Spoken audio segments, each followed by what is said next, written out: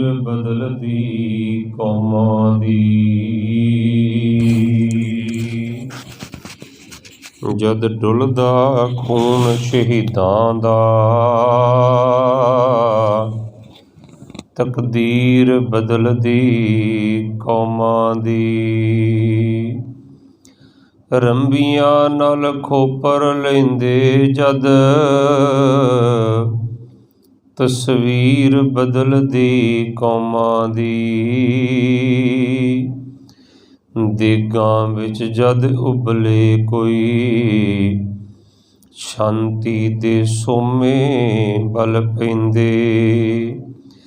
ਜਦ ਚਰਬੀ ਟਲੇ ਸ਼ਹੀਦਾਂ ਦੀ, ਆਸਾਂ ਦੇ ਦੀਵੇ ਜਗ ਪੈਂਦੇ। ਟੁੱਟਣ ਜਦ ਤਾਰੇ ਅਰਸ਼ਾਂ ਤੋਂ, ਜੁਗਾਂ ਤੱਕ ਚਾਨਣ ਹੋ ਜਾਵੇ। ਉਸਰੇ ਜਦ ਕੰਧ ਮਾਸੂਮਾਂ ਤੇ, ਡੱਠੀ ਹੋਈ ਕੌਮ ਖਲੋ ਜਾਵੇ। ਡੱਠੀ ਹੋਈ ਕੌਮ ਖਲੋ ਜਾਵੇ। ਜੁਗੋ ਜੁਗ ਅਟਲ ਸ੍ਰੀ ਗੁਰੂ ਗ੍ਰੰਥ ਸਾਹਿਬ ਜੀਆਂ ਦੀ ਹਜ਼ੂਰੀ ਅੰਦਰ ਜੁੜ ਬੈਠੀ ਗੁਰੂ ਪਿਆਰੀ ਗੁਰੂ ਸਵਾਰੀ ਸਾਧ ਸੰਗਤ ਜੀਓ, ਬੜੇ ਹੀ ਵੱਡਿਆਂ ਭਾਗਾਂ ਵਾਲੇ ਹੋ ਜੋ ਮਹਾਨ ਸੂਰਬੀਰ ਯੋਧਿਆਂ ਦੀਆਂ ਕਥਾ ਕਹਾਣੀਆਂ ਸਰਵਣ ਕਰਦੇ ਹੋ। ਬਬਾਣੀਆਂ ਕਹਾਣੀਆਂ ਪੁੱਤ ਸਪੁੱਤ ਕਰੇਨ। ਗੁਰੂ ਸਾਹਿਬ ਆਖਦੇ ਆਪਣੇ ਬਾਬਿਆਂ ਦੀਆਂ ਕਹਾਣੀਆਂ ਜਿਹੜੇ ਸਰਵਣ ਕਰਦੇ ਹਨ, ਉਹ ਪੁੱਤਰਾਂ ਤੋਂ ਸਪੁੱਤਰ ਬਣ ਜਾਂਦੇ ਹਨ। ਪੁੱਤਰਾਂ ਦੀਆਂ ਜਿਵੇਂ 3 ਕਿਸਮਾਂ ਹੁੰਦੀਆਂ ਨਾ, ਪੁੱਤ ਸਪੁੱਤ ਤੇ ਕਪੁੱਤ। ਇਸੇ ਤਰ੍ਹਾਂ ਹਜ਼ੂਰ ਆਖਦੇ ਹਨ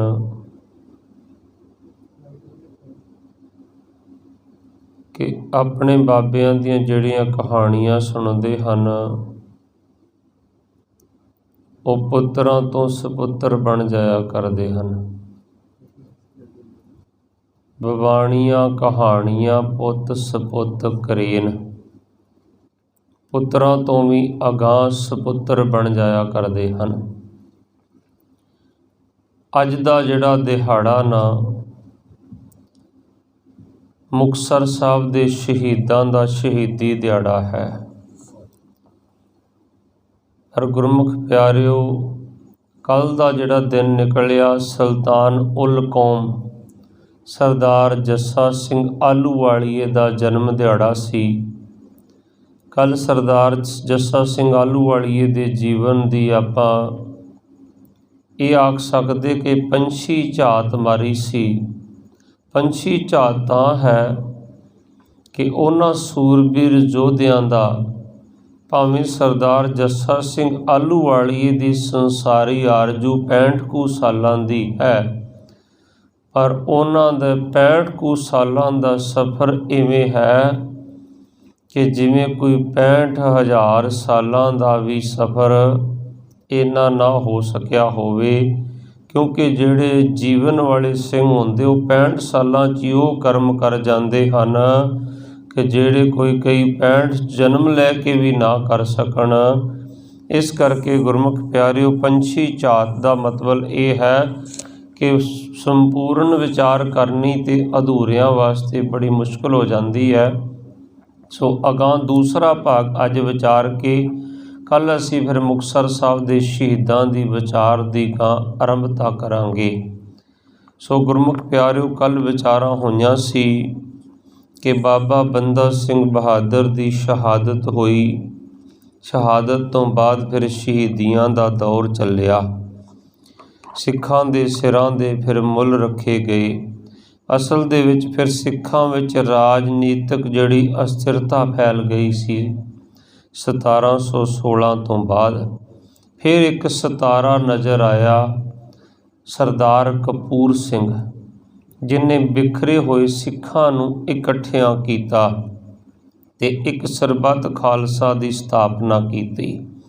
ਸਭ ਤੋਂ ਪਹਿਲਾਂ ਉਹਨਾਂ ਨੇ ਫਿਰ ਅੰਮ੍ਰਿਤਸਰ 'ਤੇ ਕਬਜ਼ਾ ਕਰਕੇ ਅੰਮ੍ਰਿਤਸਰ ਦੀ ਸੇਵਾ ਸੰਭਾਲ ਸ਼ੁਰੂ ਕੀਤੀ।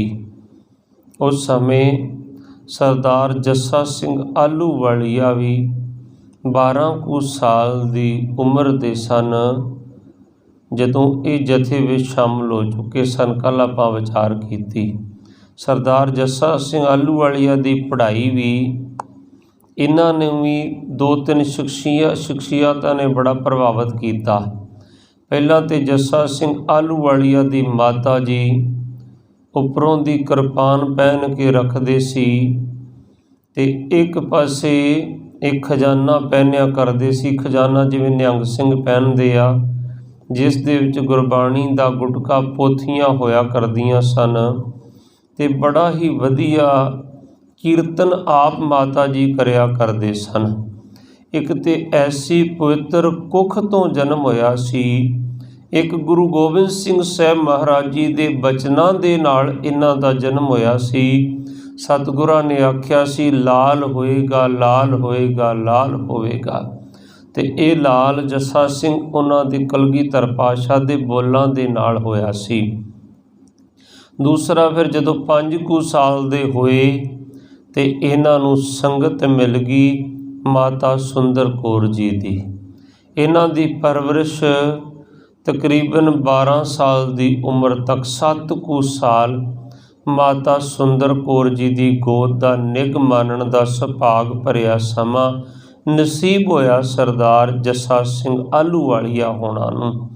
12 ਸਾਲ ਦੀ ਉਮਰ ਹੋ ਗਈ। ਉਸ ਤੋਂ ਬਾਅਦ ਜਦੋਂ ਇਹਨਾਂ ਕਰਤਾਰਪੁਰ ਦੇ ਵਿੱਚ ਕੀਰਤਨ ਕੀਤਾ, ਦਲ ਖਾਲਸਾ ਦੇ ਵਿੱਚ ਕੀਰਤਨ ਕੀਤਾ, ਅਤੇ ਉਦੋਂ ਪੁੱਛ ਲਿਆ ਨਵਾਬ ਕਪੂਰ ਸਿੰਘ ਨੇ, ਉਹਨਾਂ ਨੂੰ ਪਤਾ ਸੀ ਕਿ ਇਹ ਸਰਦਾਰ ਬਾਗ ਸਿੰਘ ਦੀ ਭੈਣ ਹੈ ਅਤੇ ਉਹਨਾਂ ਦਾ ਭਣੇਵਾ ਹੈ, ਅਤੇ ਉਹਨਾਂ ਨੇ ਪੁੱਛ ਲਿਆ, ਬੀਬੀ ਜੀ, ਭੈਣ ਜੀ, ਇਸ ਬਾਲਕ ਨੂੰ ਕਾਸ ਵਾਸਤੇ ਪਾਲਿਆ? ਅਤੇ ਬੀਬੀ ਜੀ ਨੇ ਆਖਿਆ, ਵੀਰ ਜੀ, ਪੰਥ ਵਾਸਤੇ ਪਾਲਿਆ।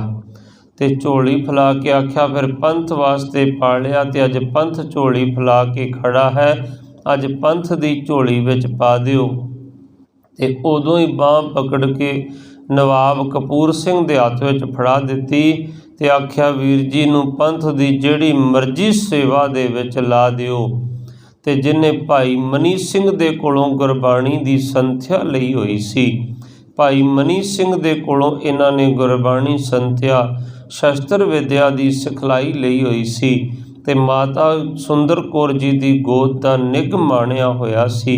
ਬੜਾ ਵਧੀਆ ਕੀਰਤਨ ਕਰਦੇ ਹੁੰਦੇ ਸਨ। 19 ਰਾਗਾਂ ਦੇ ਵਿੱਚ ਕੀਰਤਨ ਦਰਬਾਰ ਸਾਹਿਬ ਦੇ ਵਿੱਚ ਸਰਦਾਰ ਜੱਸਾ ਸਿੰਘ ਆਹਲੂਵਾਲੀਆ ਹੋਣਾ ਨੇ ਆਪ ਕੀਤਾ।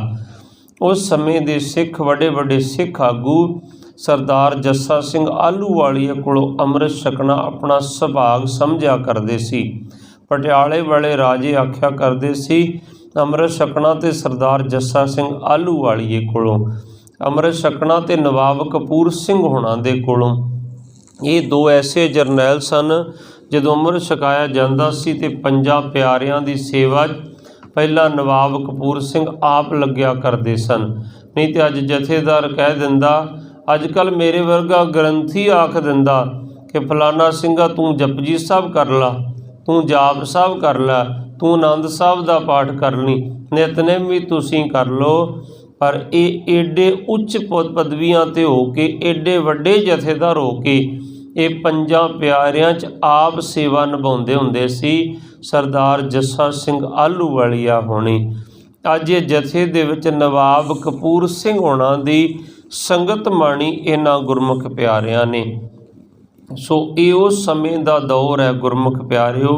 1718 ਦੇ ਵਿੱਚ ਇਹਨਾਂ ਦਾ ਜਨਮ ਹੁੰਦਾ ਹੈ। 1716 ਦੇ ਵਿੱਚ ਬਾਬਾ ਬੰਦਾ ਸਿੰਘ ਬਹਾਦਰ ਦੀ ਸ਼ਹਾਦਤ ਹੋ ਜਾਂਦੀ ਹੈ। 1718 'ਚ ਇਹਨਾਂ ਦਾ ਜਨਮ ਹੁੰਦਾ ਹੈ ਅਤੇ 12 ਕੁ ਸਾਲ ਦੇ ਵਿੱਚ ਇਹ ਜਥੇ ਵਿੱਚ ਆ ਜਾਂਦੇ ਹਨ। ਸਮਾਂ ਆ ਜਾਂਦਾ 1733 ਦਾ। ਲਾਹੌਰ ਦਾ ਸੂਬੇਦਾਰ ਜ਼ਕਰੀਆ ਖਾਨ ਬਣਦਾ ਹੈ, ਪਰ ਜ਼ਕਰੀਆ ਖਾਨ ਪਹਿਲਾਂ ਇੰਨਾ ਸਖਤ ਨਹੀਂ ਸੀ। ਪਹਿਲਾਂ ਉਹ ਸਿੱਖਾਂ ਤੋਂ ਭੈ ਭੀਤ ਵੀ ਸੀ। ਉਹਨੇ ਵੇਖਿਆ ਕਿ ਸਿੱਖਾਂ ਨੂੰ ਮੈਂ ਇਸ ਤਰ੍ਹਾਂ ਜਿੱਤ ਨਹੀਂ ਸਕਦਾ। ਉਹਨੇ ਸਿੱਖਾਂ ਨੂੰ ਉਪਾਧੀਆਂ ਪੇਸ਼ ਕੀਤੀਆਂ। ਉਹਨੇ ਸਿੱਖਾਂ ਨੂੰ ਨਵਾਬੀ ਭੇਜੀ। ਜਦੋਂ ਸਾਰੇ ਹੀਲੇ ਵਸੀਲੇ ਉਹਦੇ ਫੇਲ ਹੁੰਦੇ ਦਿਖੇ, ਸਿੱਖ ਗੁਰੀਲਾ ਯੁੱਧ ਨੀਤੀ ਨਾਲ ਲੜਿਆ ਕਰਦੇ ਸਨ। ਅੱਜ ਦਾ ਮੇਰਾ ਇਹ ਵਿਸ਼ਾ ਨਹੀਂ ਕਿ ਮੈਂ ਨਵਾਬੀ ਦਾ ਆਪ ਦੇ ਨਾਲ ਜ਼ਿਕਰ ਕਰਾਂ, ਪਹਿਲਾਂ ਕਰ ਚੁੱਕਾ ਹਾਂ। ਨਵਾਬ ਕਪੂਰ ਸਿੰਘ ਜੀ ਨੂੰ ਨਵਾਬੀ ਮਿਲੀ। ਨਵਾਬ ਕਪੂਰ ਸਿੰਘ ਨੇ ਉਸ ਸਮੇਂ ਦਲ ਦੋ ਹਿੱਸਿਆਂ ਦੇ ਵਿੱਚ ਵੰਡਿਆ ਹੋਇਆ ਸੀ। ਇੱਕ ਬੁੱਢਾ ਦਲ ਸੀ, ਇੱਕ ਤਰਨਾ ਦਲ ਸੀ। ਬੁੱਢਾ ਦਲ ਜਿਹੜਾ ਸੀ ਉਹ ਗੁਰਦੁਆਰਿਆਂ ਦੀ ਸੇਵਾ ਸੰਭਾਲ ਕਰਿਆ ਕਰਦਾ ਸੀ। ਤਰਨਾ ਦਲ ਸੀ ਜਿਹੜਾ ਉਹ ਟ੍ਰੇਨਿੰਗ ਦਾ ਕੰਮ ਕਰਿਆ ਕਰਦਾ ਸੀ। ਉਸ ਤੋਂ ਬਾਅਦ ਸਮਾਂ ਆ ਗਿਆ 1735 ਦਾ, ਜਦੋਂ ਉਹ ਜ਼ਕਰੀਆ ਖਾਨ ਨੇ ਜਿਹੜੀਆਂ ਨਵਾਬੀਆਂ ਸੀ ਉਹ ਪੰਥ ਦੇ ਕੋਲੋਂ ਵਾਪਸ ਲੈ ਲਈਆਂ। ਨਵਾਬੀਆਂ ਤੇ ਜਗੀਰਾਂ ਵਾਪਸ ਲੈ ਲਈਆਂ। ਸਰਬੱਤ ਖਾਲਸਾ ਜਿਹੜਾ ਸੀ ਉਹਨੂੰ ਗੈਰ ਕਾਨੂੰਨੀ ਘੋਸ਼ਿਤ ਕਰ ਦਿੱਤਾ ਗਿਆ। ਇੱਧਰ ਸਭ ਤੋਂ ਵੱਡੀ ਇੱਕ ਦੁਖਦਾਈ ਖਬਰ ਹੋਈ ਕਿ ਭਾਈ ਸਾਹਿਬ ਭਾਈ ਮਨੀ ਸਿੰਘ ਜੀ ਦੀ ਸ਼ਹਾਦਤ ਹੋ ਗਈ। ਸ਼ਹਾਦਤ ਦਾ ਕਾਰਨ ਵੀ ਇਹ ਸੀ, ਉਸ ਸਮੇਂ ਸਿੱਖਾਂ ਦੇ ਉੱਤੇ ਬੜਾ ਜ਼ਿਆਦਾ ਜ਼ੁਲਮ ਹੋਣ ਲੱਗਿਆ ਅਤੇ ਭਾਈ ਸਾਹਿਬ ਜੀ ਨੇ ਜਦੋਂ ਸਿੱਖਾਂ ਦੇ ਸਿਰਾਂ ਦੇ ਮੁੱਲ ਰੱਖੇ ਹੋਏ ਸੀ ਅਤੇ ਭਾਈ ਸਾਹਿਬ ਜੀ ਨੇ ਦਿਵਾਲੀ ਦਾ ਮੇਲਾ ਲਾਉਣ ਦੀ ਗੱਲ ਆਖੀ ਸੀ ਕਿ ਚਲੋ ਹਰਿਮੰਦਰ ਸਾਹਿਬ ਦੇ ਦਰਸ਼ਨ ਸੰਗਤ ਕਰ ਲੇਗੀ। 5000 ਰੁਪਇਆ ਮੰਨਿਆ ਸੀ ਅਤੇ ਉਹ ਹਕੂਮਤ ਦੀ ਨਜ਼ਰੀਆ ਬਦਲਿਆ ਹੋਣ ਕਰਕੇ ਪਹਿਲਾਂ ਆਪਾਂ ਵਿਚਾਰ ਕਰ ਚੁੱਕੇ ਹਾਂ। ਭਾਈ ਸਾਹਿਬ ਭਾਈ ਮਨੀ ਸਿੰਘ ਦਾ ਜੀਵਨ, ਸਿੱਖੀ ਦਾ ਧਰੂ ਧਾਰਾ ਭਾਈ ਮਨੀ ਸਿੰਘ ਤੁਸੀਂ ਸਰਵਣ ਕਰ ਸਕਦੇ ਹੋ, ਰਿਕਾਰਡਡ ਹੈ। ਅਤੇ ਉਸ ਸਮੇਂ ਭਾਈ ਮਨੀ ਸਿੰਘ ਦੀ ਸ਼ਹਾਦਤ ਹੋ ਗਈ। ਸਿੱਖਾਂ ਦੇ ਵਿੱਚ ਬਦਲੇ ਦੀ ਜਿਹੜੀ ਗੁੱਸੇ ਦੀ ਲਹਿਰ ਹੈ ਇਹ ਦੌੜ ਗਈ। ਉਸ ਤੋਂ ਬਾਅਦ 1739 ਦੇ ਵਿੱਚ ਭਾਰਤ 'ਤੇ ਨਾਦਰ ਸ਼ਾਹ ਦਾ ਹਮਲਾ ਹੋ ਗਿਆ। ਨਾਦਰ ਸ਼ਾਹ ਨੇ ਜਿੱਥੇ ਸਾਰੇ ਦੇਸ਼ ਨੂੰ ਲੁੱਟਣਾ ਚਾਹਿਆ, ਉੱਥੇ ਦਿੱਲੀ ਨੂੰ ਲੁੱਟਿਆ। ਇਹ ਬੜੀ ਇੱਕ ਇੰਟਰਸਟਿੰਗ ਸਟੋਰੀ ਹੈ। ਜਦੋਂ ਦਿੱਲੀ ਨੂੰ ਲੁੱਟਿਆ, ਦਿੱਲੀ ਦਾ ਬਾਦਸ਼ਾਹ ਸੀ ਬਹਾਦਰ ਸ਼ਾਹ ਰੰਗੀਲਾ। ਬਹਾਦਰ ਸ਼ਾਹ ਰੰਗੀਲਾ ਜਿਹੜਾ ਸੀ ਨਾ, ਉਹਨੇ ਸੋਚਿਆ ਕਿ ਹੁਣ ਇਹਨੇ ਦਿੱਲੀ 'ਤੇ ਲੁੱਟ ਹੀ ਲੈਣੀ ਆ। ਉਹ ਅਗਲਵੰਡੀ ਆ ਮਿਲਿਆ ਅਤੇ ਉਹਨੇ ਆਖਿਆ, ਇਉਂ ਕਰ, ਤੁਸੀਂ ਵੀ ਵੱਡੇ ਬਾਦਸ਼ਾਹ ਹੋ, ਮੈਂ ਵੀ ਦਿੱਲੀ ਦਾ ਬਾਦਸ਼ਾਹ, ਮੇਰੀ ਵੀ ਰਹਿ ਜਾਏਗੀ ਇੱਜ਼ਤ, ਤੁਹਾਡੀ ਵੀ ਰਹਿ ਜਾਏਗੀ। ਤੁਸੀਂ ਧਨ ਦੌਲਤ ਲਿਜਾਣੀ? ਉਹ ਕਹਿੰਦਾ ਧਨ ਦੌਲਤ ਵੀ ਲਿਜਾਣੀ, ਮੈਂ ਇੱਥੇ ਦੀਆਂ ਜਿਹੜੀਆਂ ਸੁੰਦਰੀਆਂ ਉਹ ਵੀ ਲਿਜਾਣੀਆਂ। ਉਹ ਕਹਿੰਦਾ ਇਉਂ ਕਰ, ਸੋ ਇੱਥੋਂ ਦੀ ਜਿੰਨੀ ਸੁੰਦਰਤਾ ਲਿਜਾਣੀ ਸਾਰੀ ਲੈ ਜਾ, ਤੂੰ ਹੁਣ ਔਰਤਾਂ ਵੀ ਲੈ ਜਾਣੀਆਂ, ਲੜਕੀਆਂ ਵੀ ਲੈ ਜਾਣੀਆਂ, ਅਤੇ ਤੂੰ ਆਪਣੇ ਪੁੱਤਰ ਦਾ ਵਿਆਹ ਨਿਕਾਹ ਮੇਰੀ ਲੜਕੀ ਦੇ ਨਾਲ ਕਰ ਲੈ ਅਤੇ ਮੈਂ ਦਹੇਜ ਦੇ ਤੌਰ 'ਤੇ ਸਾਰਾ ਸਮਾਨ ਤੈਨੂੰ ਦੇ ਦੇਵਾਂਗਾ। ਮੈਂ ਕਹਾਂਗਾ ਮੈਂ ਆਪਣੀ ਲੜਕੀ ਦਾ ਵਿਆਹ ਕੀਤਾ, ਦਾਜ ਦੇ ਕੇ ਤੋਰਿਆ, ਮੇਰੀ ਵੀ ਇੱਜ਼ਤ ਰਹਿ ਜਾਏਗੀ। ਇਹਨੇ ਆਪ ਆਪਣੀ ਲੜਕੀ ਦਾ ਜਿਹੜਾ ਡੋਲਾ ਸੀ ਨਾ, ਉਹ ਨਾਦਰ ਸ਼ਾਹ ਦੇ ਪੁੱਤਰ ਨਾਸਰ ਨੂੰ ਦੇਣਾ ਮੰਨ ਲਿਆ ਅਤੇ ਦਿੱਲੀ ਦਾ ਸਾਰਾ ਧਨ ਦੌਲਤ ਇਕੱਠਾ ਕਰਕੇ ਗੱਡਿਆਂ 'ਤੇ ਲੱਦ ਕੇ ਦੇ ਦਿੱਤਾ। ਜਦੋਂ ਸ਼ਾਮ ਦਾ ਵਕਤ ਹੋਇਆ, ਨਿਕਾਹ ਹੋਇਆ, ਅਤੇ ਜਿਹੜੀਆਂ ਲੜਕੀਆਂ ਸੀ ਨਾ, ਇਸ ਦੀ ਲੜਕੀ ਦੀਆਂ ਸਹੇਲੀਆਂ, ਉਹ ਸ਼ਾਮ ਦੇ ਵੇਲੇ ਉਸ ਨੂੰ ਨਾਦਰ ਸ਼ਾਹ ਦੇ ਪੁੱਤਰ ਨੂੰ ਪੁੱਛਦੀਆਂ ਹਨ ਕਿ ਇਹ ਦੱਸ ਤੇਰਾ ਕੁਰਸੀਨਾਮਾ ਕੀ ਹੈ। ਅੱਜ ਵੀ ਜਦੋਂ ਵਿਆਹ ਹੁੰਦਾ ਨਾ, ਅਤੇ ਆਪਣੇ ਸਮਾਜ ਵਿੱਚ ਵੀ ਕੁਝ ਰੀਤੀਆਂ ਜਿਹੜੀਆਂ ਮੁਗਲਈ ਉਸ ਸਮੇਂ ਦੀ ਗੁਲਾਮੀ ਵਿੱਚੋਂ ਆਈਆਂ ਹੋਈਆਂ ਹਨ। ਅੱਜ ਵੀ ਕਹਿੰਦੇ ਹੁੰਦੇ ਨਾ ਆਮ ਤੌਰ 'ਤੇ ਕਿ ਲੜਕੀ ਦੀਆਂ ਭੈਣਾਂ ਜਿਹੜੀਆਂ ਲੜਕੇ ਨੂੰ ਮਖੌਲ ਕਰਦੀਆਂ, ਉਹ ਇੱਕ ਇਤਿਹਾਸ ਹੈ। ਮਖੌਲ ਕਿਉਂ ਕਰਦੀਆਂ? ਉਹ ਦੇਖਣਾ ਚਾਹੁੰਦੀਆਂ ਕਿ ਇਹਦੇ ਸੁਭਾਅ ਵਿੱਚ ਕਿੰਨਾ ਕੁ ਗੁੱਸਾ ਹੈ, ਜਿਹਦੇ ਨਾਲ ਸਾਡੀ ਭੈਣ ਜਿਹਦੇ ਲੜ ਲੱਗੀ ਆ, ਸਾਰੀ ਜ਼ਿੰਦਗੀ ਇਹਦੇ ਨਾਲ ਬਤੀਤ ਕਰਨੀ ਆ, ਇਹਦਾ ਸੁਭਾਅ ਕਿੰਨਾ ਕੁ ਗੁੱਸੇ ਵਾਲਾ ਹੈ, ਕਿਹੋ ਜਿਹਾ ਸੁਭਾਅ ਹੈ, ਉਹਨੂੰ ਚੜਾਉਣਗੀਆਂ, ਉਹਨੂੰ ਗੁੱਸਾ ਦਿਵਾ ਕੇ ਦੇਖਣਾ ਚਾਹੁੰਦੀਆਂ ਉਹ ਭੈਣਾਂ ਕਿ ਜਿਹਦੇ ਲੜ ਸਾਡੀ ਭੈਣ ਲੱਗਣ ਜਾ ਰਹੀ, ਉਹ ਕਿਹੋ ਜਿਹਾ ਗੁੱਸੇ ਵਾਲਾ ਸੁਭਾਅ ਹੈ ਇਸਦਾ। ਕਈ ਤਰ੍ਹਾਂ ਦੀਆਂ ਉਹ ਗੱਲਾਂ ਉਸ ਨੂੰ ਆਖਣਗੀਆਂ, ਉਹਦੀ ਮਾਂ ਬਾਰੇ, ਉਹਦੇ ਪਰਿਵਾਰ ਦੇ ਬਾਰੇ।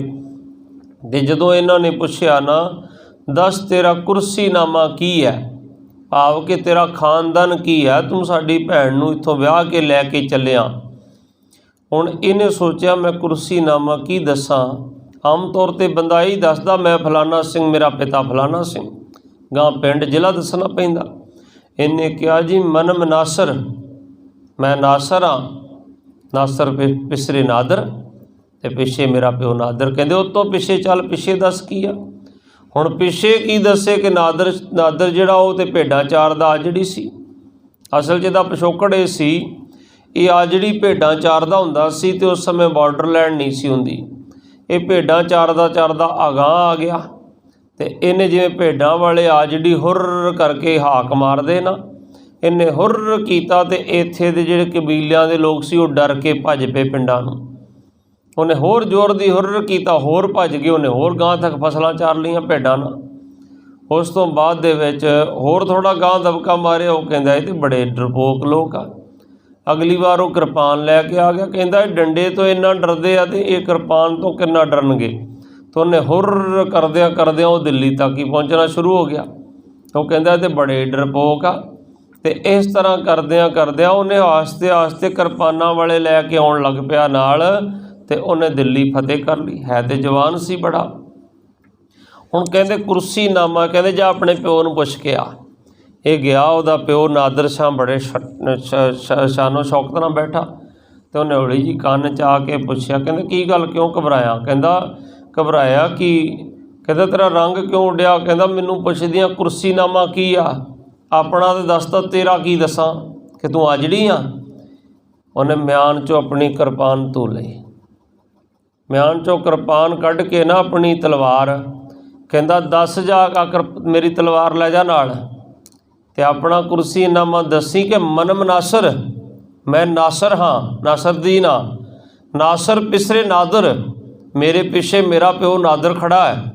तो जदों कहंदा मेरा कुर्सी नामा पुछण ना, उदों मेरी तेग दिखा दी, उत्थे मेरी तलवार दिखा दी, ते दस दी नादर पिछले शमशीर, जे मेरे प्यो दे पिछे उहदा कुर्सी नामा, उहदी शमशीर आ, जिहदे नाल तुहानूं सारिआं नूं भेडां बकरियां वांगू अगे ला लिया। सो इहो जिहा नादर शाह सी। कहंदा मनम नासर, नासर पिछले नादर, नादर पिछले शमशीर। कहंदा मेरे पिता दा कुर्सी नामा उहदे हत्थ 'च पकड़ी शमशीर आ, जिन्हें तुहानूं सारे देश नूं अगे लगा रखिया। हुण जदों नादर शाह ने दिल्ली नूं लुटिया ना, ते लुट के लैके तुरिया, ते अगे पंजाब दे विचों लंघना सी, ते इत्थों फिर इन्हां जरनैलां ने, सरदार जस्सा सिंह आहलूवालिया होना ने, नवाब कपूर सिंह होना ने, सरदार चढ़ सिंह होना ने, महाराज रणजीत सिंह दे दादा जी होना ने नादर शाह नूं सोधिया। फिर पहलां स्कूलों 'च पढ़ाया जाता हुंदा सी, अजकल ये सिलेबस भी गैप कर दिता गया। नादर शाह नूं सोधना, नादर शाह नूं जदों सोधिया ना, ते ये सारा लुट दा माल वापस छडवा लिया इत्थे पंजाब दी धरती ते। ते जदों जाके ने जकरिया खान नूं पुछया, कहंदा कौन चोर डाकू, कौन धाड़वी जिन्हां मेरे ते हमला कीता? कहंदा चोर डाकू नहीं, ये सिख कौम आ। कहंदा सिख कौम कौन सी आ? कहंदा इन्हां दा घर घाट ढह ढेरी कर दिओ, नामो निशान मिटा दिओ इन्हां दा। कहंदा घर घाट इन्हां दे घोड़ियां दियां काठियां ते आ, कित्थे ढह ढेरी करदे आ? ते कहंदा ये खांदे की आ, रहिंदे कित्थे आ? उदों उन्हां फिर कुर्सीनामा साडा दस्सिया सी। कहंदे इन्हां दा कुर्सीनामा दस जरा, कुर्सीनामा की आ? तो उदों दस्सिया सी, इनको मुर्शद वली पयो है, इनको आबे आब दियो है, ऐसी के हो कलाम बताए है, जिसते सुधा बनाए लय है, लोगन ताई पलाए दे है, सियारन ते सिंह बनाए लय है। कहंदे इन्हां दा मुर्शद गुरु गोबिंद सिंह बड़ा वली है, ऐसी इन्हों कलाम दस दस के चला गया, जिस तो अमृत खुद आबे हिया बना लेंदे आ। ये जिन्हों मर्जी पिया देंदे ओही फिर शेर बन जाता गिदड़ा तो, जिन्हों भी ये पिया देंदे हन। जदों फिर दसिया देग तेग बारे दसिया कि नगारे ते चोट मारदे आ, फिर तेगा मोंदे आ।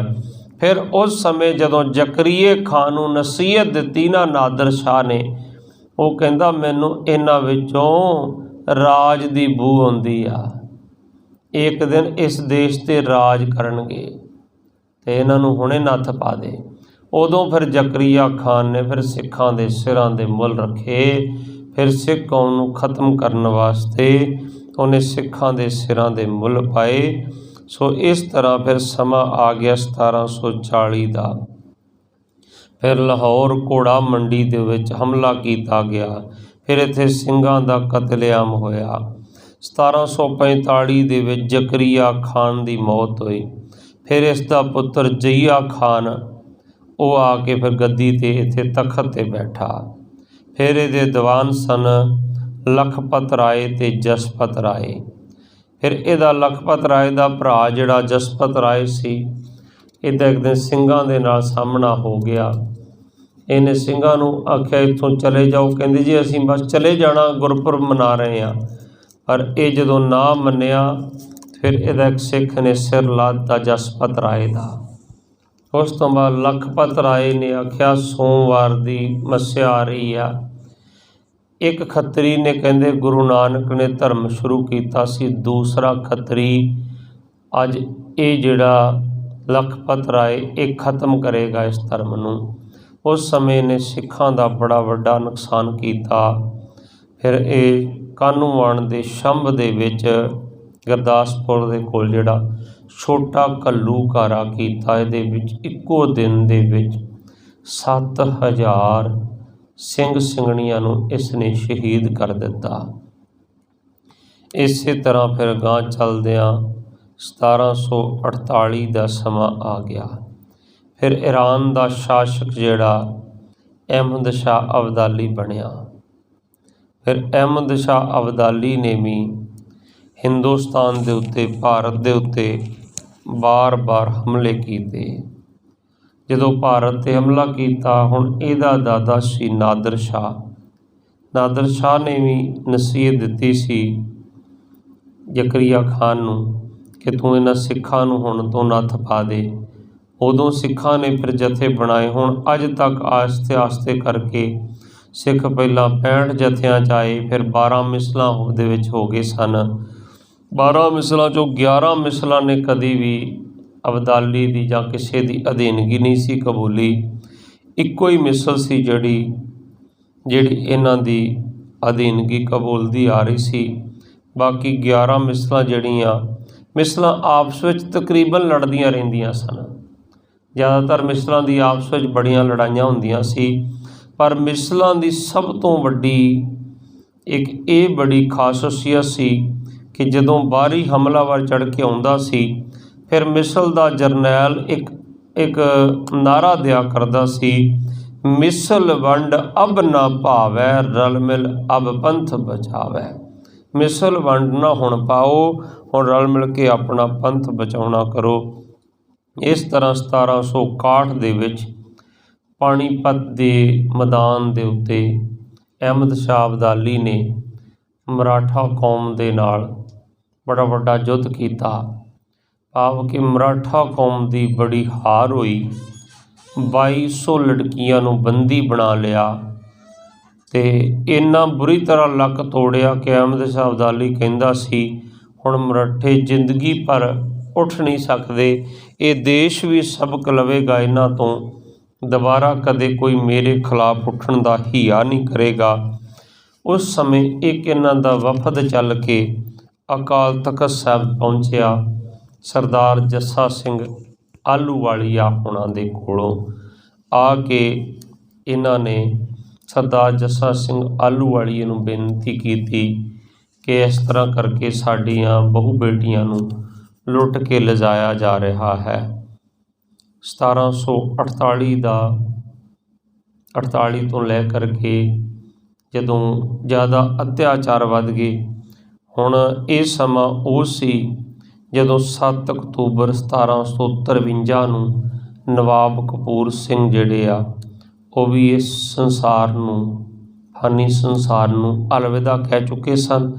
10 ਅਪ੍ਰੈਲ 1754 ਈਸਵੀ ਨੂੰ ਅਕਾਲ ਤਖ਼ਤ ਸੇ ਇਕੱਠ ਕਰਕੇ ਉਹਦੇ ਵਿੱਚ ਸਰਦਾਰ ਜੱਸਾ ਸਿੰਘ ਆਹਲੂਵਾਲੀਏ ਨੂੰ ਨਵਾਬ ਕਪੂਰ ਸਿੰਘ ਦੀ ਜਗ੍ਹਾ ਨਿਯੁਕਤ ਕੀਤਾ ਗਿਆ ਸੀ, ਪੰਥ ਦਾ ਆਗੂ ਬਣਾਇਆ ਗਿਆ ਸੀ।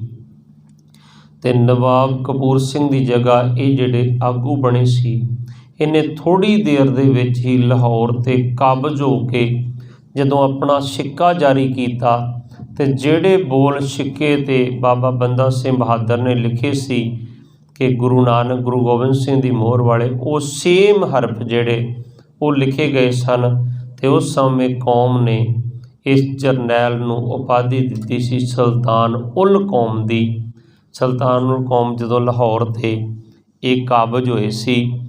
अज सरदार जस्सा सिंह आलूवालिया अकाल तख्त साहब सन। जदों इन्हां नूं सुनेहा मिलिया कि मराठियां नूं बड़ी बुरी तरह हराया गया, उस समय जस्सा सिंह आलूवालिए ने अहमद शाह अब्दाली कोलों 2200 लड़कियां नूं छुडवा के महाराष्ट्र के पिंड पिंड दे विच घर घर दे विच बाए इज्जत उन्हां नूं अपणियां बेटियां बना के धन दौलत दे नाल उन्हां नूं घरों घर दे विच पहुँचाया गया। जदों अहमद शाह अब्दाली नूं इस गल दा पता लग्या, अब्दाली ने फिर 1762 दे विच फरवरी दे विच एक प्लैन दे तहत सारी सिख कौम नूं कोपर हीड़े दे मैदान दे विच घेर लिया, क्योंकि जिहड़ा इन्हां दा मुखबर सी जंडियाले वाला, उन्हें सुनेहा घल्लिया कि 90,000 सिखां ने मैनूं घेर लिया, है सी 10,000। उधरों अब्दाली दा आउणा सुण के सिखां ने सोचिया कि माझे दे विच साडे घरां दा नुकसान होएगा, असीं अगांह जाके मुकाबला करांगे। मालवे वल नूं निकले, उत्थे तकरीबन सिख कौम की गिणती ज़्यादा सी, बजुर्ग बच्चे ते औरतां ज़्यादा सन। चारे पासियां तो कोपर हीड़े दे मैदान दे विच घिर गए और उत्थे एक दिन दे विच तकरीबन 30 तो 35,000 सिंह सिंघणियां कतल कीते गए इक्को दिन दे विच। चारे पासियों घेरा पिया होया सी, विचकार बच्चे बजुर्ग ते औरतां सन ते घेरे दे रूप दे विच अगांह वधदे जांदे सन। घेरा टुटिया ते एकदम बच्चे बजुर्ग ते औरतां दा कतलेआम शुरू होया। 30 तो 35,000 दा कतल इत्थे होया। फरवरी दे विच एडा वड्डा सिख कौम दा नुकसान होया। अप्रैल दे महीने दे विच अहमद शाह अब्दाली ने हरमंदर साहब नूं बरूद दे नाल उड़ा दिता। कहंदा हुण इह कौम भी कदे सिर नहीं चुक सकदी। उस तो बाद अक्तूबर दे विच दिवाली दा मेला लगदा हुंदा सी। कहंदा हुण मैं देखना चाहांगा दिवाली ते हरमंदर साहब कौन आउंदा। उस समय तकरीबन 60,000 दा इकट्ठ जिहड़ा अक्तूबर दी दिवाली होई आ, उस समय 1762 दी दिवाली नूं 60,000 का कट जिहड़ा अपने पैरों ते चल सकता सी ना, वो हर सिख बच्चा बुढ़ा बजुर्ग और सब चल के पहुँचे। 60,000 का कट वेख के अब्दाली दियां जड़ां हिल गईयां। फिर इन्हें सोचा मैं इस कौम नूं लड़के ते फतेह नहीं कर सकता, एडा वड्डा इन्हां दा मैं नुकसान कीता। ये फिर दूने चौने हो गए। फिर ये पहुँचा उतों पटियाले बाबा आला सिंह कोल। बाबा आला सिंह कोले ने फरियाद रखी, बाबा इस कौम नाल मैं लड़के नहीं जित सकदा, इन्हां नूं कहो मेरे नाल समझौता कर लैण, मेरे नाल मिल के बैठण, जिवें कहणगे एक जगह मुकरर करन, मैं इन्हां नाल समझौता करना चाहुंदा। जदों फिर बाबे ने आला सिंह ने अपना एक गरेवाल वकील भेजिया ਸਿੰਘਾਂ ਦੇ ਕੋਲ अकाल तख्त साहब, सरदार चढ़त सिंह सन ते इत्थे सरदार जस्सा सिंह आलूवालिया सी, सरदार जस्सा सिंह रामगढ़िया सी, होर काफ़ी उच्च कोटि के उस समय जरनैल सन। जदों इन्हां दे कोल चिट्ठी पहुँची ना, तो इन्हां जरनैलों ने चिट्ठी ये कह के पाड़ दिती, कहंदे शहीदां दे मलबे ते खड़ के कदे फैसले नहीं होया करदे। ते नाल ही चिट्ठी लिख के वापस तोरी। उस चिट्ठी दे बोल सन, साडे वल्लों शाह नूं कह देना जाके, शाह भाव के अहमद शाह नूं, साडे वल्लों शाह नूं कह देना जाके, मिलांगे उस नूं रण विच हथ तलवार उठा के, शर्तां लिखांगे रत नाल दरा खैबर ते जाके, शर्तां लिखांगे रत नाल दरा खैबर ते जाके, ਛਾ ਨਜ਼ਰਾਨੇ ਪਾਲਦਾ ਸਾਥੋਂ ਇਉਂ ਈਨ ਮਨਾ ਕੇ। ਛਾ ਨਜ਼ਰਾਨੇ ਪਾਲਦਾ ਸਾਥੋਂ ਇਉਂ ਈਨ ਮਨਾ ਕੇ। ਪਰ ਸ਼ੇਰ ਨਾ ਜਿਉਂਦੇ ਸੀਤਲਾ ਨਕ ਨੱਥ ਪਵਾ ਕੇ। ਪਰ ਸ਼ੇਰ ਨਾ ਜਿਉਂਦੇ ਸੀਤਲਾ ਨਕ ਨੱਥ ਪਵਾ ਕੇ। ਬਾਪੂ ਸੋਹਣ ਸਿੰਘ ਸੀਤਲ ਨੇ ਲਿਖਿਆ, ਕਹਿੰਦੇ ਪਰ ਸ਼ੇਰ ਜਿਹੜਾ ਹੁੰਦਾ ਕਦੇ ਸ਼ੇਰ ਦੇ ਨੱਕ 'ਚ ਨੱਥ ਪਈ ਨਹੀਂ ਦੇਖੀ ਹੋਏਗੀ। ਕਹਿੰਦੇ ਇਹ ਸਿੰਘ ਨਾਮ ਸ਼ੇਰ ਦਾ ਹੈ, ਉਹ ਸਾਥੋਂ ਨਜ਼ਰਾਨੇ ਭਾਲਦਾ, ਉਹਨੂੰ ਦਰਾ ਖੈਬਰ 'ਤੇ ਹੱਥ ਤੇਗ ਉਠਾ ਕੇ ਮਿਲਾਂਗੇ ਅਤੇ ਸ਼ਰਤਾਂ ਖੂਨ ਦੇ ਨਾਲ ਲਿਖਾਂਗੇ ਉੱਥੇ। ਉਹ ਸਾਥੋਂ ਨਜ਼ਰਾਨੇ ਭਾਲਦਾ ਈਨ ਮਨਾ ਕੇ। ਸ਼ੇਰ ਜਿਹੜਾ ਹੁੰਦਾ ਉਹ ਕਦੇ ਈਨ ਨਹੀਂ ਮੰਨਦਾ। ਇਸ ਤਰ੍ਹਾਂ ਸਮਾਂ ਆਪਣੀ ਰਫਤਾਰ ਚੱਲਿਆ। ਫਿਰ ਦੀਵਾਨ ਕੌੜਾ ਮੱਲ ਦੇ ਕੋਲ ਪਾਵਰ ਆਈ। ਦੀਵਾਨ ਕੌੜਾ ਮੱਲ ਜਿਹੜਾ ਇਹ ਭਾਈ ਵੀਰ ਸਿੰਘ ਉਹਨਾਂ ਦਾ ਬਜ਼ੁਰਗ ਸੀ, ਅਤੇ ਉਹਨੇ ਜਿਹੜਾ ਇਹ ਲਖਪਤ ਰਾਏ ਸੀ ਉਹ ਵੀ ਖਾਲਸਾ ਕੌਮ ਦੇ ਹਵਾਲੇ ਕੀਤਾ। ਜਿਹੜੀ ਖਾਲਸਾ ਕੌਮ ਨੇ ਸਜ਼ਾ ਦਿੱਤੀ ਨਾ, ਸ਼ਾਇਦ ਉਹ ਕਹਿਣ ਤੋਂ ਵੀ ਆਪਾਂ ਸੰਕੋਚ ਕਰਾਂਗੇ, ਕਿਉਂਕਿ ਇਹਨੇ ਸਿੱਖਾਂ ਦਾ ਬੜਾ ਵੱਡਾ ਕਾਂਡ ਕੀਤਾ ਸੀ। 7000 ਸਿੱਖ ਇੱਕੋ ਦਿਨ ਕਤਲ ਕੀਤੇ ਸੀ। ਪਿੰਡਾਂ ਤੋਂ ਫੜ ਕੇ ਬੱਚੇ ਬਜ਼ੁਰਗ ਔਰਤਾਂ ਨੂੰ ਰੋਜ਼ਾਨਾ ਕਤਲ ਕਰਦਾ ਹੁੰਦਾ ਸੀ। ਇਹ ਗੱਲ ਆਖਦਾ ਹੁੰਦਾ ਸੀ, ਇੱਕ ਖੱਤਰੀ ਗੁਰੂ ਨਾਨਕ ਨੇ ਧਰਮ ਚਲਾਇਆ, ਇੱਕ ਖੱਤਰੀ ਲਖਪਤ ਰਾਏ ਖਤਮ ਕਰੇਗਾ। ਪਰ ਜਦੋਂ ਸਿੱਖਾਂ ਦੇ ਕਾਬੂ ਆਇਆ, ਫਿਰ ਇਹਨਾਂ ਟੋਆ ਪੁੱਟ ਕੇ ਉਹਨੂੰ ਦੱਬਿਆ ਹੋਇਆ ਸੀ। ਉੱਪਰੋਂ ਥੋੜ੍ਹੀ ਜਗ੍ਹਾ ਨੰਗੀ ਛੱਡੀ ਸੀ ਅਤੇ ਹੁਕਮ ਕੀਤਾ ਸੀ ਸਾਰੇ ਸਿੱਖ ਇਹਦੇ ਉੱਤੇ ਮਲ ਮੂਤਰ ਆਪਣਾ ਇਹਦੇ ਉੱਤੇ ਹੀ ਕਰਿਆ ਕਰਨਗੇ। ਇਸ ਤਰ੍ਹਾਂ ਫਿਰ ਇਹਦਾ ਅੰਤ ਹੋਇਆ, ਇਹਦੀ ਮੌਤ ਹੋਈ ਸੀ। ਪਰ ਜਦੋਂ ਅਕਤੂਬਰ ਦਾ ਫਿਰ ਇਕੱਠ ਹੋਇਆ ਸੀ ਨਾ 1762 ਦਾ, ਉਦੋਂ ਫਿਰ ਸਰਦਾਰ ਜੱਸਾ ਸਿੰਘ ਆਹਲੂਵਾਲੀਏ ਨੇ ਆਪਣੀ ਚਾਦਰ ਵਿਛਾਈ। ਚਾਦਰ ਵਿਛਾ ਕੇ ਨਾ ਇਸ ਜਰਨੈਲ ਦੇ ਕੋਲੋਂ ਸਮੇਂ 9 ਲੱਖ ਰੁਪਈਆ ਸੀ। 9 ਲੱਖ ਬੜੀ ਵੱਡੀ ਰਕਮ ਹੋਏਗੀ ਉਸ ਸਮੇਂ ਅੱਜ ਦੇ ਹਿਸਾਬ ਨਾਲ, ਕਿਉਂਕਿ ਸਾਡੀ ਹੋਸ਼ ਦੇ ਵਿੱਚ ਜਦੋਂ ਅਸੀਂ ਸਕੂਲ ਪੜ੍ਹਦੇ ਹੁੰਦੇ ਸਾਂ ਉਦੋਂ 8-9 ਰੁਪਏ ਫੀਸ ਹੁੰਦੀ ਸੀ 10ਵੀਂ ਕਲਾਸ ਦੀ, ਅਤੇ ਅੱਜ ਜਿਹੜਾ 20-25-30 ਸਾਲਾਂ ਦੇ ਵਿੱਚ 8-9 ਰੁਪਏ 1000-1500 'ਚ ਬਦਲ ਗਏ, ਅਤੇ ਉਸ ਸਮੇਂ ਦਾ 9 ਲੱਖ ਅੱਜ ਕਿੱਡੀ ਵੱਡੀ ਰਕਮ ਹੋਏਗੀ। ਉਸ ਸਰਦਾਰ ਨੇ ਆਪਣੀ ਚਾਦਰ ਵਿਛਾ ਕੇ 9 ਲੱਖ ਦੀ ਢੇਰੀ ਲਾਈ, ਅਤੇ ਕਹਿੰਦੇ ਸਭ ਤੋਂ ਪਹਿਲਾ ਕੰਮ ਦਰਬਾਰ ਸਾਹਿਬ ਅਬਦਾਲੀ ਨੇ ਢਾਇਆ ਨਾ, ਅਤੇ ਉਹਨੇ ਕਿਹਾ ਸਿੱਖ ਕੌਮ ਖਤਮ ਹੋ ਗਈ, ਇਹਨਾਂ ਦਾ ਲੱਕ ਤੋੜ ਦਿੱਤਾ, ਅਤੇ ਉਹਨੂੰ ਅਸੀਂ ਦੱਸਣਾ ਕਿ ਸਿੱਖ ਕਿੱਡੇ ਗੁਰੂ ਨੂੰ ਕਿੰਨਾ ਪਿਆਰ ਕਰਦੇ ਹਨ ਅਤੇ ਕਿੱਡੀ ਤਾਕਤਵਰ ਕੌਮ ਹੈ। 9 ਲੱਖ ਦੀ ਢੇਰੀ ਲਾ ਕੇ ਉਹਨੇ ਕਿਹਾ ਲਿਆਓ ਸਰਦਾਰੋ ਜਿੰਨੀਆਂ ਮੋਹਰਾਂ ਪੈਸੇ ਤੁਹਾਡੇ ਕੋਲ ਆ, ਅਤੇ 5 ਲੱਖ ਹੋਰ ਸਰਦਾਰਾਂ ਨੇ ਰੱਖਿਆ। 14 ਲੱਖ ਰੁਪਇਆ ਇਕੱਠਾ ਹੋਇਆ ਸੀ, ਅਤੇ ਉਸੇ ਵੇਲੇ ਸੁਰ ਸਿੰਘ ਦਾ ਮਿਸਤਰੀ ਦੇਸ ਰਾਜ ਬੁਲਾਇਆ, ਅਤੇ 14 ਲੱਖ ਰੁਪਈਆ ਇੱਕ ਪੇਟੀ 'ਚ ਬੰਦ ਕਰਕੇ ਅਤੇ ਸੁਰ ਸਿੰਘ ਉਹਦੇ ਘਰ ਛੱਡ ਕੇ ਆਇਆ, ਅਤੇ ਉਹਨੂੰ ਆਖਿਆ ਕਿ ਹਰਿਮੰਦਰ ਸਾਹਿਬ ਉਸੇ ਤਰ੍ਹਾਂ ਦਾ ਹੀ ਬਣਾਉਣਾ ਜਿਵੇਂ ਗੁਰੂ ਅਰਜਨ ਦੇਵ ਪਾਤਸ਼ਾਹ ਨੇ ਬਣਾਇਆ ਸੀ। ਅੱਜ ਜਿਹੜਾ ਤੁਸੀਂ ਹਰਿਮੰਦਰ ਸਾਹਿਬ ਦੇਖਦੇ ਹੋ ਨਾ, ਇਹ ਉਹ ਹਰਿਮੰਦਰ ਸਾਹਿਬ ਦੀ ਬਿਲਡਿੰਗ ਹੈ, ਇਹ ਉਹ ਨਹੀਂ ਜਿਹੜਾ ਸ੍ਰੀ ਗੁਰੂ ਅਰਜਨ ਦੇਵ ਪਾਤਸ਼ਾਹ ਨੇ ਬਣਾਇਆ ਸੀ। ਇਹ ਉਹ ਬਿਲਡਿੰਗ ਹੈ ਜਿਹੜੀ ਸੁਰ ਸਿੰਘ ਵਾਲੇ ਮਿਸਤਰੀ ਦੇਸ ਰਾਜ ਨੇ ਬਣਾਈ ਸੀ। ਅਤੇ ਦੇਸ ਰਾਜ ਮਿਸਤਰੀ ਦਾ ਜੀਵਨ ਫਿਰ ਕਿਹੋ ਜਿਹਾ ਸੀ। ਦੇਸ ਰਾਜ ਨੇ ਆਪਣੀ ਘਰਵਾਲੀ ਨੂੰ ਜਾ ਕੇ ਆਖਿਆ, ਆਪਣੀ ਪੁੱਤਰੀ ਨੂੰ ਆਖਿਆ, ਕਹਿੰਦੇ ਅੱਜ ਸਾਡੇ 'ਤੇ ਗੁਰੂ ਦੀ ਕਿਰਪਾ ਹੋਈ ਹੈ, ਆਹ ਜਿਹੜਾ ਬਕਸਾ ਭਰਿਆ ਪਿਆ ਨਾ ਇਹਦੇ ਵੱਲ ਵੇਖਿਓ ਨਾ, ਇਹ ਮੇਰੇ ਪੰਥ ਦੀ ਇਮਾਨਤ ਹੈ, ਅਤੇ ਮੈਨੂੰ ਤੁਸੀਂ ਸੇਵਾ ਦਾ ਮੌਕਾ ਦਿਓ, ਮੈਂ ਤਾਂ ਸੇਵਾ ਕਰ ਸਕਦਾ ਜੇ ਤੁਸੀਂ ਮੇਰਾ ਸਾਥ ਦੇਵੋਗੇ। ਤੁਸੀਂ ਦੋਨੇ ਮਜ਼ਦੂਰੀ ਕਰੋਗੇ, ਤੁਸੀਂ ਘਰ ਦਾ ਖਰਚਾ ਚਲਾਓਗੇ, ਅਤੇ ਮੈਂ ਮਿਸਤਰੀ ਦਾ ਕੰਮ ਕਰਕੇ ਹਰਿਮੰਦਰ ਸਾਹਿਬ ਰਾਜ ਮਿਸਤਰੀ ਦਾ ਕੰਮ ਕਰਾਂਗਾ। ਜਦੋਂ ਸਾਰਾ ਕੰਮ ਮੁਕੰਮਲ ਹੋ ਗਿਆ, ਹਰਿਮੰਦਰ ਸਾਹਿਬ ਬਣ ਗਿਆ, ਅਤੇ ਹੱਥ ਜੋੜ ਕੇ ਆਖਿਆ ਖਾਲਸਾ ਜੀ ਇਹ ਪੰਥ ਦੀ ਇਮਾਨਤ ਹੈ, ਇਹਨੂੰ ਵਾਪਸ ਲੈ ਜਾਓ। ਅਤੇ ਜਦੋਂ ਪੁੱਛਿਆ ਗਿਆ ਕਿ ਪਹਿਲਾਂ ਕਿਉਂ ਲਏ ਸੀ, ਦੱਸਿਆ ਕਿਉਂ ਨਹੀਂ, ਕਹਿੰਦੇ ਤਾਂ ਕਰਕੇ ਕਿ ਤੁਸੀਂ ਮੇਥੋਂ ਵੱਧ ਕੰਮ ਲੈ ਸਕੋ, ਕਿ ਮਿਸਤਰੀ ਮਜ਼ਦੂਰੀ 'ਤੇ ਕੰਮ ਕਰਦਾ, ਇਹ ਫਰੀ ਨਹੀਂ ਕੰਮ ਕਰਦਾ। ਅਤੇ ਇਹੋ ਜਿਹਾ ਜੀਵਨ ਹੁੰਦਾ ਸੀ ਗੁਰੂ ਕੇ ਸਿੱਖਾਂ ਦਾ। ਇਹ ਮਿਸਤਰੀ ਦੇਸ ਰਾਜ ਨੇ ਬਣਾਈ ਹੋਈ ਬਿਲਡਿੰਗ ਹੈ ਜਿਹੜੀ ਹਰਿਮੰਦਰ ਸਾਹਿਬ ਦੀ ਬਿਲਡਿੰਗ ਹੈ।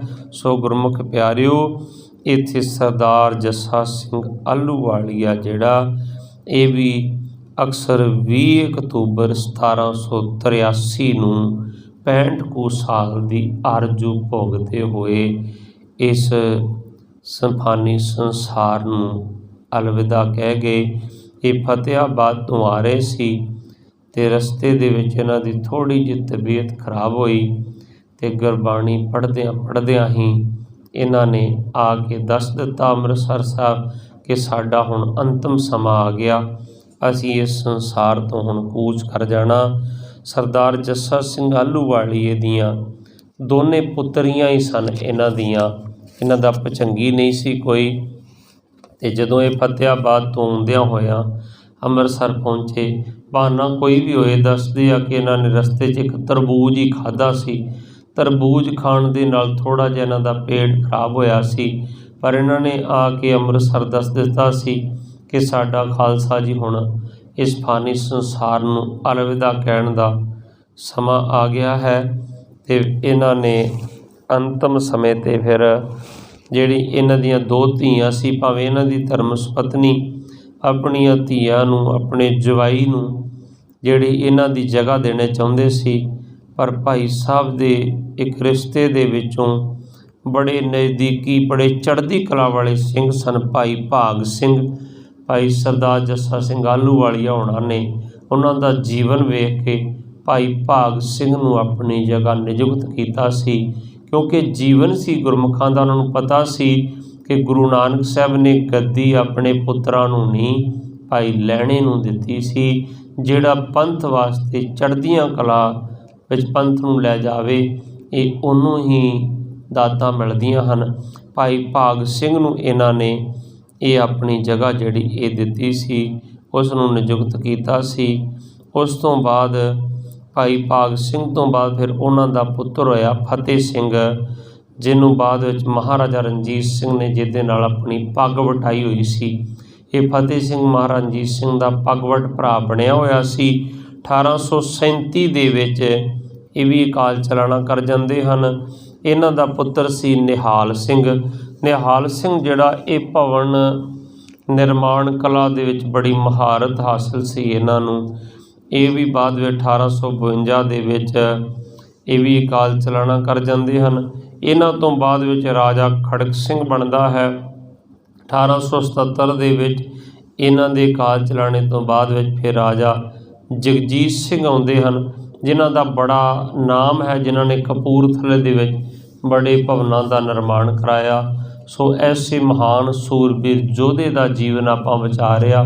ਸੁਲਤਾਨ ਉਲ ਕੌਮ ਸਰਦਾਰ ਜੱਸਾ ਸਿੰਘ ਆਹਲੂਵਾਲੀਆ, ਇਹਨਾਂ ਦਾ ਸੰਸਕਾਰ ਹੋਇਆ ਸੀ ਬਾਬਾ ਅਟਲ ਰਾਏ ਦੇ ਨਾਲ ਦੀ ਬਾਹੀ, ਜਿੱਥੇ ਨਵਾਬ ਕਪੂਰ ਸਿੰਘ ਦਾ ਸੰਸਕਾਰ ਹੋਇਆ ਸੀ, ਉੱਥੇ ਹੀ ਸਰਦਾਰ ਜੱਸਾ ਸਿੰਘ ਆਹਲੂਵਾਲੀ ਦਾ ਸੰਸਕਾਰ ਹੋਇਆ। ਜਦੋਂ ਕਿਤੇ ਹਰਿਮੰਦਰ ਸਾਹਿਬ ਜਾਂਦੇ ਹੋ, ਐਸੇ ਸੂਰਬੀਰ ਮਹਾਨ ਯੋਧੇ ਦੇ ਸਥਾਨ ਦੇ ਜ਼ਰੂਰ ਦਰਸ਼ਨ ਕਰਕੇ ਆਇਆ ਕਰੋ। ਸੋ ਅੱਜ ਦਾ ਅਤੇ ਕੱਲ੍ਹ ਦਾ ਦਿਹਾੜਾ ਸਮਰਪਿਤ ਸੀ ਸਰਦਾਰ ਜੱਸਾ ਸਿੰਘ ਆਹਲੂਵਾਲੀਏ ਦੇ ਜੀਵਨ ਨੂੰ।